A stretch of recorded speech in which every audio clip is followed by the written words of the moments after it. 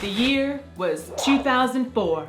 Beyoncé won her first solo Grammy, we all voted for Pedro, and this new thing called the Facebook hit Harvard.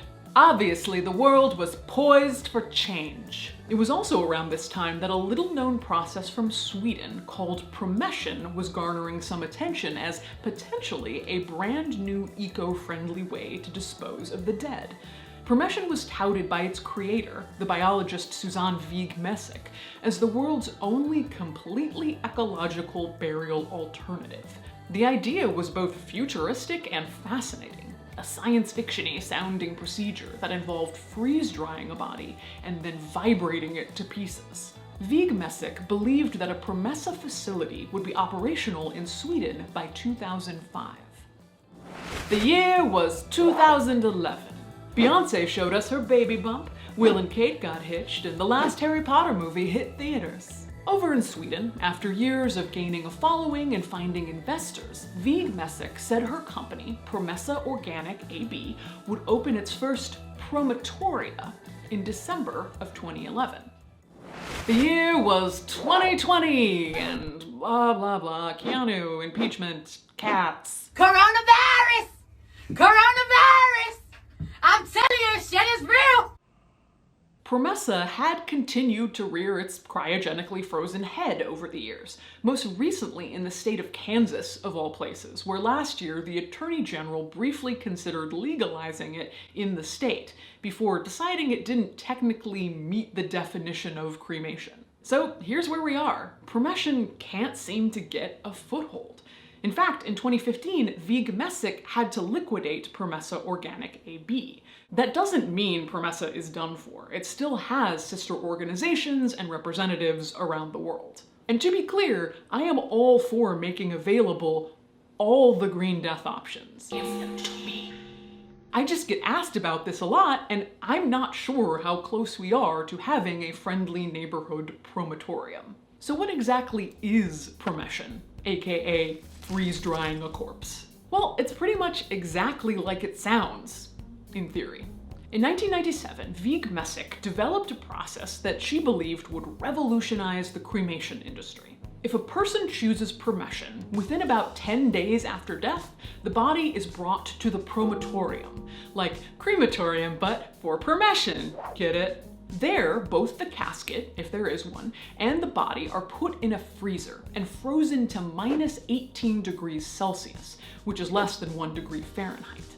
The body is then separated from the casket and placed in the promotor, an automated conveyor belt type machine that completes the Promession process. The machine moves the body to the next freezing stage, where, using liquid nitrogen, it's cryogenically frozen to -196 degrees Celsius or -321 degrees Fahrenheit.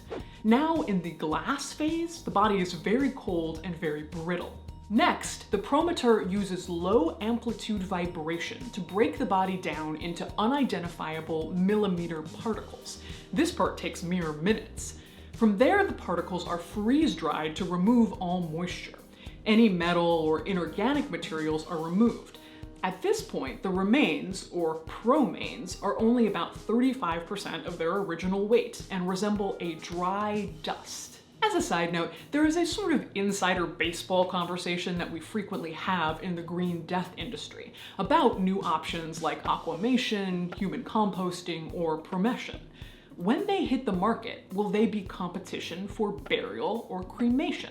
Promession, as it turns out, is sort of both, and here's why. Still in the promator, the dust is put into a biodegradable dust coffin made out of corn or potato starch, and then buried in a grave about 1.5 feet deep. So Promession remains have to be buried. They can't be scattered like cremated remains because the freeze-dried remains are still in an organic form, unlike cremated remains, which are inorganic material. Meaning, if you scatter grandpa in the lake, you're essentially feeding the fish with tiny grandpa bits. But the fact that they're actually organic material really helps in the burial, because 6 to 18 months after burial, the remains regenerate into fertile soil and becomes a location where something can be planted. Everyone wants to be a tree. It's very hot right now, we know this. Wiigh-Masak says there is nothing about any part of the Promession process that is harmful to the environment. The liquid nitrogen is safe, nothing is added to the remains, and harmful metals like mercury are removed in the process. The promains essentially become compost, and I admit that it sounds great. I think some questions remain about the energy required to run the machine and its large conveyor belt setup, but overall I can understand why people would be into it. It's environmentally friendly and futuristic, like a Tesla. It's probably how the Jetsons buried their dead. But is freeze-drying your corpse something you can go ahead and plan for? Signs point to no, at least for the foreseeable future.